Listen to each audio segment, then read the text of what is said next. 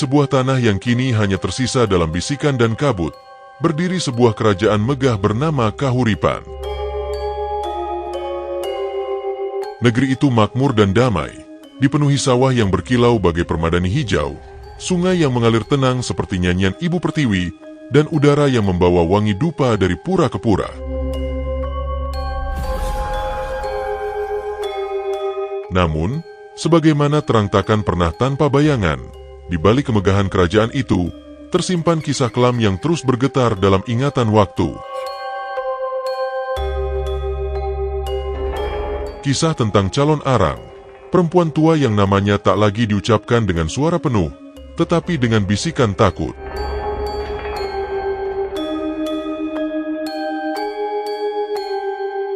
Ia bukan sekadar penyihir, ia adalah legenda tentang amarah, cinta yang hancur, dan dendam yang menyalakan api keangkara murkaan.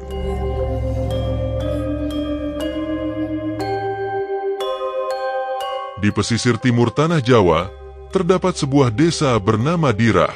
Desa ini dikelilingi rawa dan hutan lebat, dengan kabut yang seolah enggan sirna bahkan di bawah terik matahari.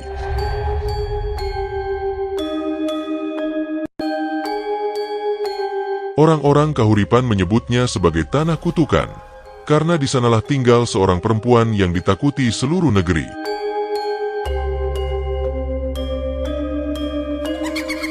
Namanya Calon Arang. Wajahnya menua, kulitnya keriput seperti daun kering yang terbakar waktu. Namun matanya menyimpan sesuatu yang lebih dalam dari sekadar kemarahan. Ada luka, ada kehilangan, ada rahasia yang tak pernah benar-benar diceritakan.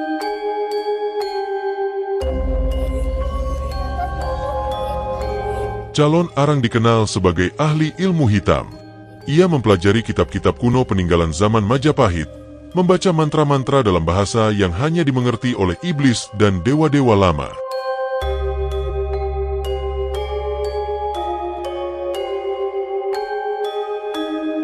Setiap malam, dari rumahnya yang terbuat dari bambu tua dan beratap daun kelapa kering, terdengar nyanyian aneh. Nada itu bergetar, naik turun, seolah memanggil sesuatu dari dunia yang tak terlihat.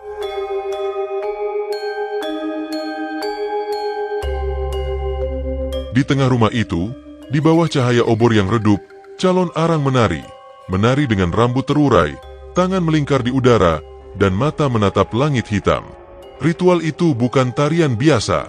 Ia memanggil arwah, berbicara dengan makhluk yang tak lagi punya jasad.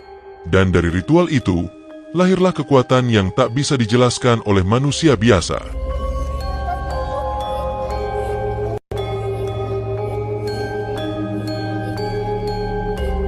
Namun di balik sosok menakutkan itu, Calon Arang hanyalah seorang ibu.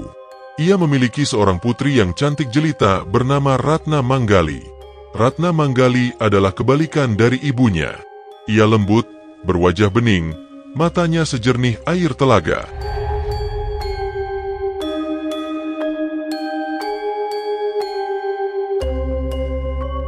Banyak pemuda dari berbagai desa datang melamar. Namun begitu mendengar bahwa ia adalah putri Calon Arang, mereka mundur dengan ketakutan. Anak penyihir, begitu bisik orang-orang.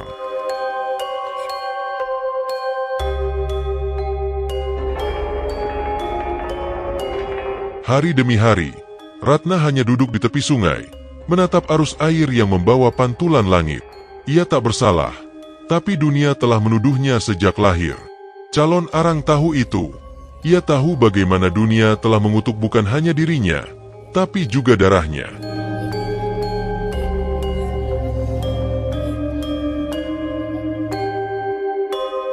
Amarah pun tumbuh di hatinya. Setiap malam, ia menatap wajah anaknya yang tertidur, dan berkata dengan suara yang nyaris patah, "Mereka telah mengutukmu, nak. Dunia yang menolak kasihmu akan kubakar."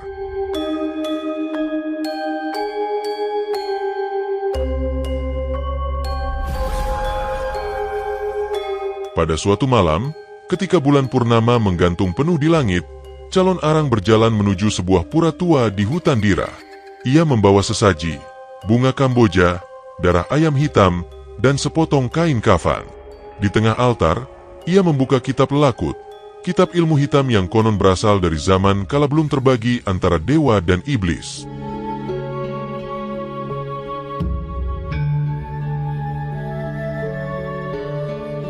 Dengan suara serak, ia membaca mantra, "Oh, penguasa kegelapan, dengarlah seruanku.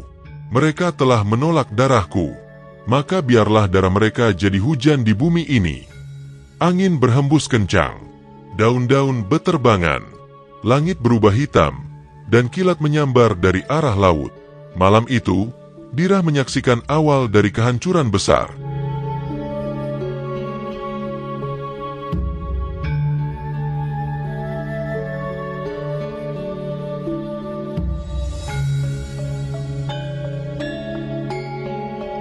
Keesokan harinya, wabah melanda Kahuripan. Tubuh-tubuh membiru, tanah mengering, dan bau busuk kematian menyelimuti udara. Tak ada yang tahu dari mana asalnya, tapi semua tahu, kutukan calon arang telah turun.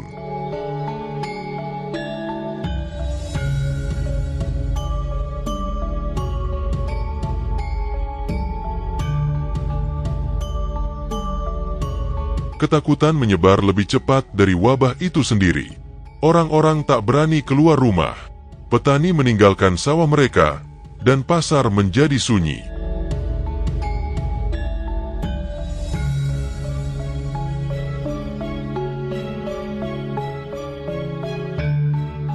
Raja Kahuripan, Prabu Airlangga, murka.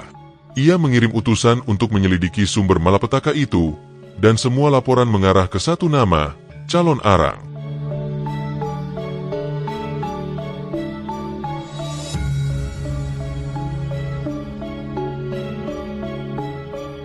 Namun siapa yang berani menentangnya?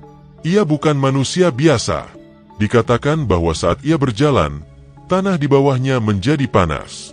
Ketika ia tertawa, bayi-bayi menangis dalam tidur mereka. Dan bila ia murka, laut bisa naik menelan desa-desa pesisir.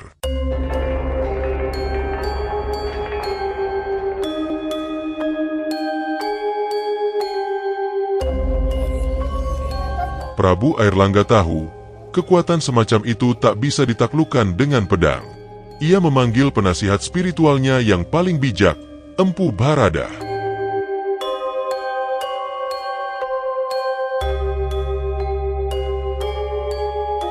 Empu Bharada adalah seorang resi suci, penjaga keseimbangan antara terang dan gelap.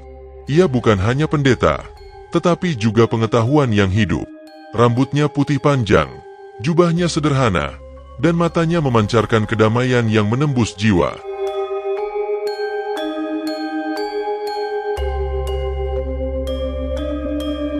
Ketika ia mendengar kisah tentang calon arang, Bharada hanya diam.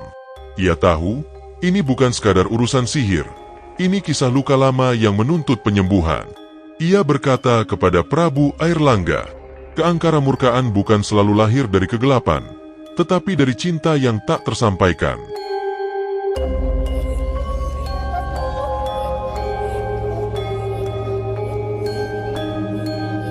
Untuk menghentikan kutukan itu, Bharada tak langsung menyerang. Ia menggunakan kebijaksanaan, bukan kekerasan. Ia tahu calon arang memiliki satu kelemahan, Ratna Manggali.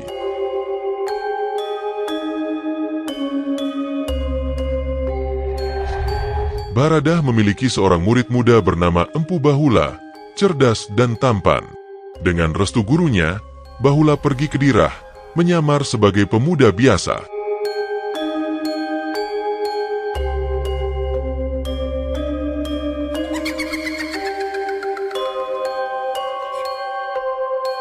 Ia menemui calon arang, menyatakan niatnya untuk meminang Ratna Manggali. Awalnya, calon arang tak percaya. Namun ketika melihat mata Bahula yang tulus, ia luluh.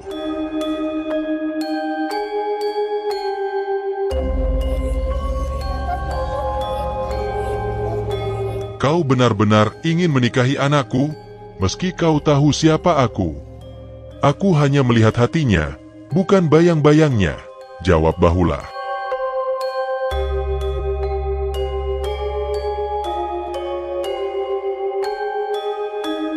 Upacara pernikahan digelar sederhana. Untuk pertama kalinya, calon arang tersenyum. Senyum seorang ibu yang melihat kebahagiaan anaknya.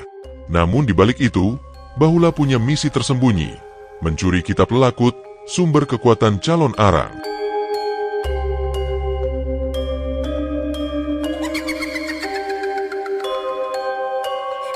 Suatu malam, ketika calon arang terlelap, Bahula diam-diam masuk ke kamarnya dan mengambil kitab itu. Ia berlari kembali ke Kahuripan, menyerahkannya kepada Mpu Baradah.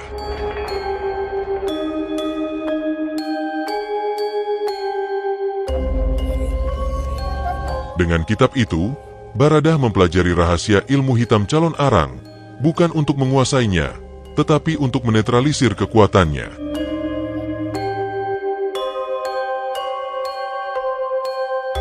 Calon arang menyadari pengkhianatan itu.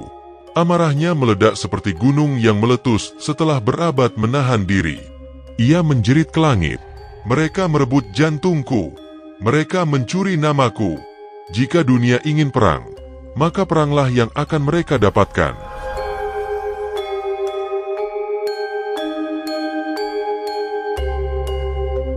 Kabut turun menebal di seluruh dirah. Api muncul dari tanah. Para arwah yang selama ini ia panggil, kini menjelma jadi pasukan setia. Darah mengalir di sungai. Burung gagak berputar di langit. Prabu Airlangga mengerahkan pasukan, tapi semuanya gagal. Setiap prajurit yang maju, jatuh satu persatu, tubuh mereka menghitam seperti arang. Akhirnya, Mpu Baradah sendiri turun ke medan.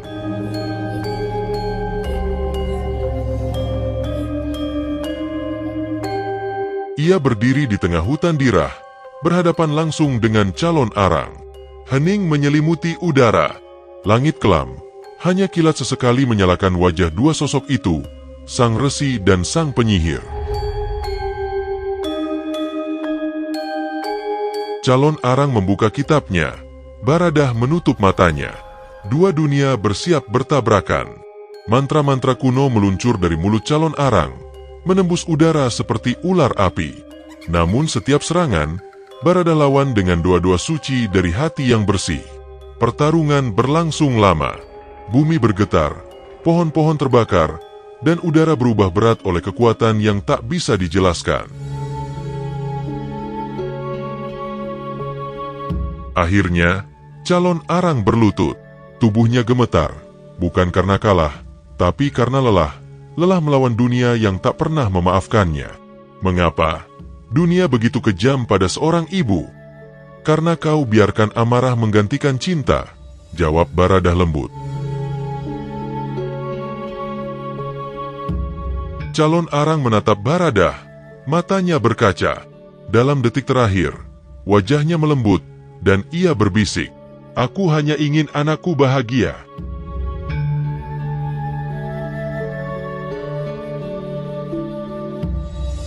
Baradah mengangkat tangannya, memberi berkat. Api yang mengelilingi mereka padam perlahan, berganti cahaya putih lembut. Dan di sanalah, calon arang jatuh, bukan sebagai penyihir, tapi sebagai seorang ibu yang akhirnya menemukan damai.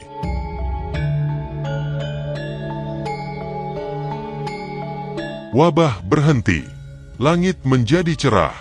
Burung-burung kembali bernyanyi di sawah Kahuripan. Orang-orang kembali hidup. Namun mereka tak pernah melupakan nama calon arang. Ratna Manggali hidup dalam diam, menanam bunga Kamboja di makam ibunya. Bau harum bunga itu menyebar setiap malam purnama, dipercaya sebagai tanda bahwa roh calon arang telah terampuni.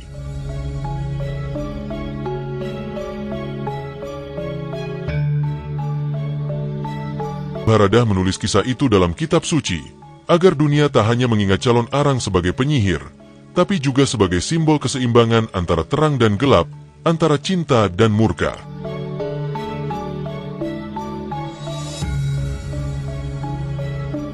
Zaman berganti. Kahuripan lenyap ditelan waktu. Berganti kerajaan demi kerajaan, hingga dunia modern datang dengan lampu dan gedung tinggi.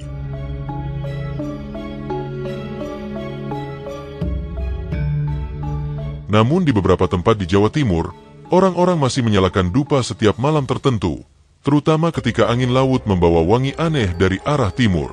Mereka percaya, di antara kabut dan suara jangkrik malam, calon arang masih menari.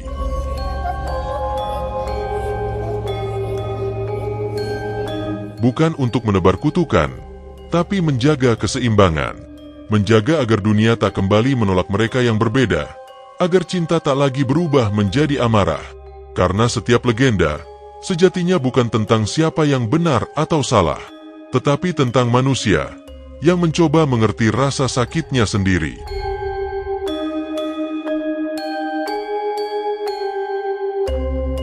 Calon arang bukan sekadar tokoh jahat dalam cerita rakyat. Ia adalah bayangan dari hati manusia yang pernah disakiti dan tak pernah diobati. Ia adalah simbol dari ketakutan dan cinta yang berubah menjadi badai. Dan di balik setiap mantra, selalu ada doa yang tak sempat diucapkan.